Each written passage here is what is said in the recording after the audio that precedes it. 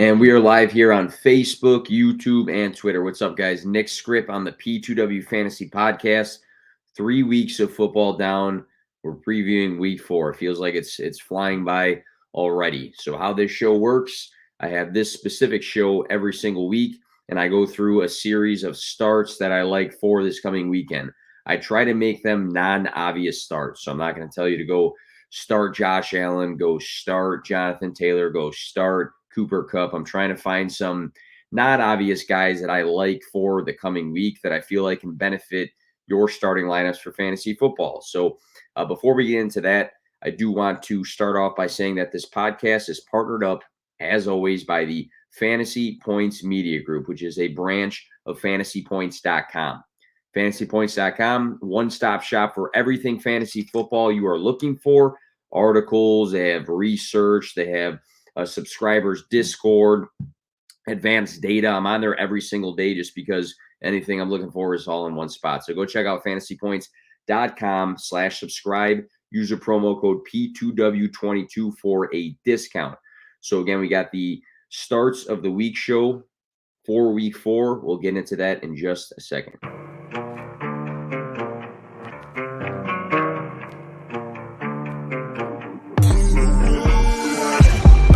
Play to win, no fear to give. I feel but I can't forgive. I go all in this time, yeah, I won't regret. I'll pick the best on trip, they don't understand. I play to win, yeah, I play to win, I play to win. Yeah, play to win, I play to win. Oh, play to win, I play to win. Yeah, play to win, I play to win.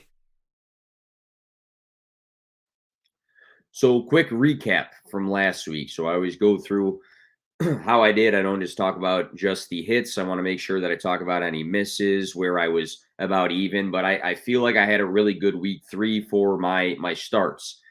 Josh Jacobs, Damian Pierce, Chris Olave, which was a big one, DK Metcalf, Alan Lazard, Juju Smith-Schuster, and Kyle Pitts were guys that I promoted to be solid week 3 starts. They all they went over their projections for that week. So, Chris Alave might have went over by, over 10 points, while, Josh Jacobs might have went over by 3. But at the same point, if they went over what they were projected to do, it was a good start for you guys. So where I broke even was Tyler Higbee. I think he was like minus 0.46 from what his projection was versus what his output was. For transparency, I missed on Kirk Cousins, Jared Goff, and Miles Sanders. I think Sanders was the worst of those 3 guys there. But overall, really good week. I thought I had more plus than minus, and that's what I'm looking to do, especially when I'm not giving you guys the obvious starts every single week. So for this show, I got a handful of wide receivers. I think I have 2 or 3 running backs, and I have 1 QB stream of the week. And we'll get into that QB stream right now. I think I do have a question in the chat, though. So Wentz versus Rodgers from Chris Tejada. So just want to pull up actual NFL schedule, go over who each are playing before we jump into that one. But if you guys have any questions, feel free on YouTube, Facebook to throw them in the chat. Still can't do it on Twitter, which is pretty annoying in all honesty. So Carson Wentz versus the Commanders. We have Aaron Rodgers versus the Patriots. So Wentz has had a really good season so far. It's nice to see Wentz spreading out the ball a bit to 3 guys who have been making big plays. It's not just Terry McLaurin. Now we have the likes of Curtis Samuel, who's a top 10 wide receiver right now, and also Jahan Dotson, who's been one of my rookies, and I'm super, super high on. Aaron Rodgers, on the other hand, been spreading the ball out, but not in the way of, hey, I got 3 studs. It's in the way I don't really know who's going to step up in this one. And we saw Romeo Doubs last week have a good game for the Green Bay Packers, and we know that they're going to utilize both running backs. But I feel like I'm going to lean Aaron Rodgers in this one, just to say that I feel like he's starting to get going. And maybe it's not, the Patriots matchup, I think, used to mean a little bit more than what it is right now. And Wentz has been going off, but I feel like Rodgers is starting to get rolling here. So I wouldn't mind going either route, in all honesty. I think the safer route actually is Aaron Rodgers, but I can see where you would say for Carson Wentz's case, like, hey, he's been having some decent weeks. He's got 3 big playmakers where Rodgers has a bunch of guys like trying to step up into roles. But week 1 QB stream of the week. So I wanted to go through a guy that was under 50% rostered on ESPN that I feel like can be useful if you need a streamer. Some people don't have, a set and forget quarterback on a weekly basis. When it comes to one quarterback leagues, guys might have lost Trey Lance or lost Dak Prescott, or maybe they are concerned about like Russell Wilson. But it's a bit deeper. He's only 9.5% rostered on ESPN, but Geno Smith versus Detroit. I like this week. Detroit gives up the 3rd most points per game to quarterbacks, 8th most passing yards per game. The most points per game in terms of like actual points scored in an NFL game on the year. So the most points per game given up on the year. They have played against the Eagles, Commanders, and the Vikings so far. Geno Smith's fantasy weeks. Week 1, QB 15, week 2, QB 30, and week 3, QB 7. I think he's building a better connection right now with DK Metcalf and Tyler Lockett. 5 for 64 and a touchdown for DK Metcalf last week. That was one of my hits. He had a good game. 9 catches on 11 targets back-to-back weeks exactly for Tyler Lockett. He's seen 76 and 107 receiving yards. Noah Fant hasn't exactly had a big day, but he's still a very competent tight end. PlayerProfiler.com has Geno Smith, number 5 in accuracy rating, number 1 in true completion percentage, number 12 in deep ball completion percentage, number 1 in play action completion percentage. So a lot of great accuracy metrics for Geno Smith, which we don't really, talk about too often.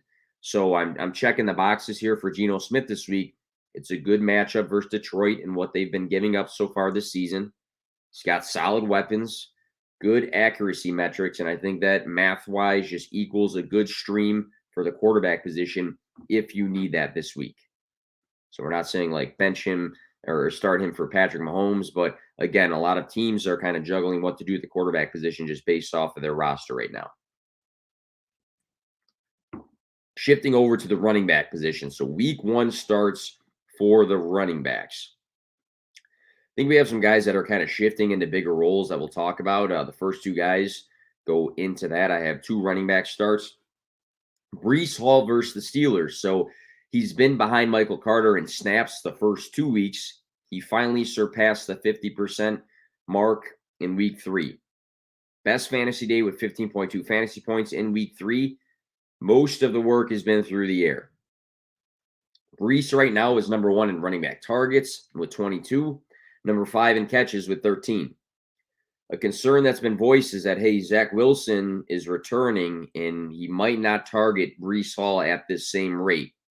I will say that the offensive coordinator and the head coach remain the same, but people will still question like, hey, maybe Zach Wilson will not be looking for his running back. But me personally, I tend to think that Wilson will be less mobile. He's coming off of a meniscus surgery. It also could mean that if plays break down, he's not as mobile as he is used to being, that more plays are kind of dumped off to Breece Hall if he's on the field. So I think that, looking at the situation and being too concerned when it's the same playbook, right? Same coaching staff, Zach Wilson is not going to be as mobile. Breece Hall's role is continuing to grow in this offense. 5.3 yards per carry. Michael Carter, 4.4. So he's been more efficient with the rushing work that he's gotten versus Michael Carter. I think we are gradually seeing the change of guard. We expect him to take over at some point. It's been shifting in that direction.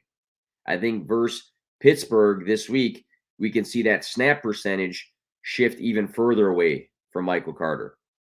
Breece Hall being the RB1 of the rookie draft class in terms of fantasy, knowing the back-to-back in the Heisman conversation out of Iowa State, the talent, dual threat running back. We've seen some pretty decent days so far. He's been a top 20 running back, but the more he gets, away from Michael Carter and that snap percentage, I think the more he's going to be valuable for fantasy. And we've seen in the past guys that have hints of, hey, the breakout's coming. I think Breece Hall getting this passing work for PPR, seeing more snaps, the signs are pointing in that direction that he could be taking over at any time. And Michael Carter will for sure have a role throughout the season, but maybe it's not as split as we get further and further along here in his rookie season for Breece Hall. Second guy I like this week, Ramondre Stevenson versus the Packers. So the Packers are not like a walkover defense by any means. David Montgomery did put 122 rushing yards on the ground against the Green Bay Packers in week 2. Week 1, Dalvin Cook had 90 rushing yards.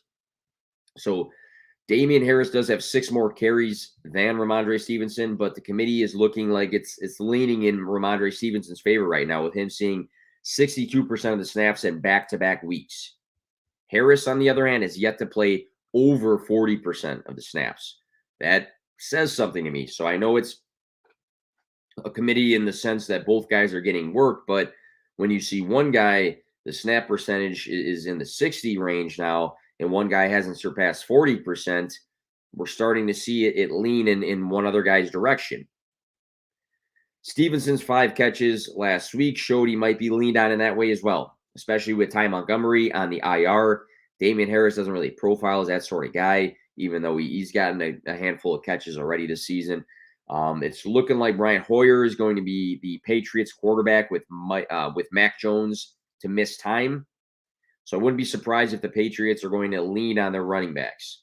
I'll take the one, though, out of the 2 running backs that has had a more productive day on the ground recently with 73 rushing yards and a touchdown last week, and he just saw 5 catches in that game. So again, more snaps, just had a good receiving day. Maybe the yards weren't great, but he had good receiving work, and then he had a good rushing day. So the signs are for Ramondre Stevenson in his favor over Damian Harris right now.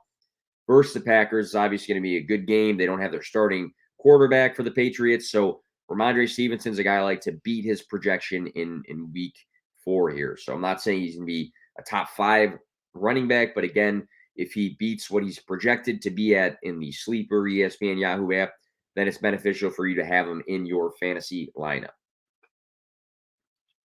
Go over to the wide receiver position now. So I won't do this often, and maybe you can say it's a cop-out, but I'm going to go back-to-back weeks saying Chris Olave needs to be in your fantasy lineup. And, he was the start of the week for me last week, one of the starts of the week. It was a great call. He had an awesome game. I had a good feeling in week 2, when he was seeing 13 targets. It was a sign that he was going to be a breakout player, especially with him being number 1 in air yards prior to week 3 with an 80 receiving yard game in week 2. Go to week 3, 13 targets yet again, 9 catches for 147 receiving yards and 23.7 fantasy points. Chris Olave remains the number 1 wide receiver in air yards and the number 1 wide receiver in deep targets, which screams upside for the wide receiver position. He's number 7 in total receiving yards with 268. Michael Thomas and Jarvis Landry did not practice on Wednesday with different feet issues. I don't know if this means they are gradually going to get back to health this week, if both will miss, if both will be healthy. But if one or both do miss, it's even more of a boost in Chris Olave's role versus the Vikings this week, which is the early game. I think it's like 8:30 a.m. Central Time. So if you do have Saints or Vikings players, keep in mind on Sunday, it's overseas. It's an early start game. So make sure you set that lineup on Saturday if you have either of those players on those 2 teams. But make sure you pay attention to the injury news as well. You might have to wake up early that day if you do have a Michael Thomas or a Jarvis Landry. So why call this twice in a row for Chris Olave?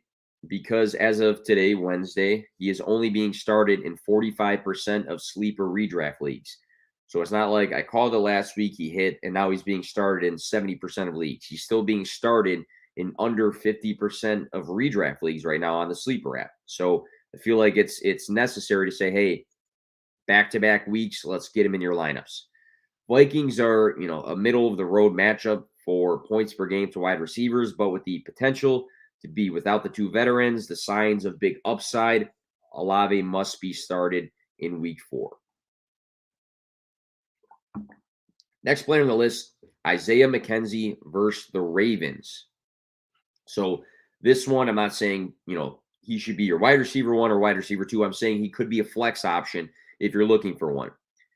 Definitely would like the snap percentage to climb, and it gradually has through the first 3 weeks. But I feel like after a big week 3, he can be getting more and more time on the field. So last week versus Miami in a big time matchup, he caught 7 of 9 targets for 76 receiving yards, and he scored his second touchdown of the season, 21.2 fantasy points.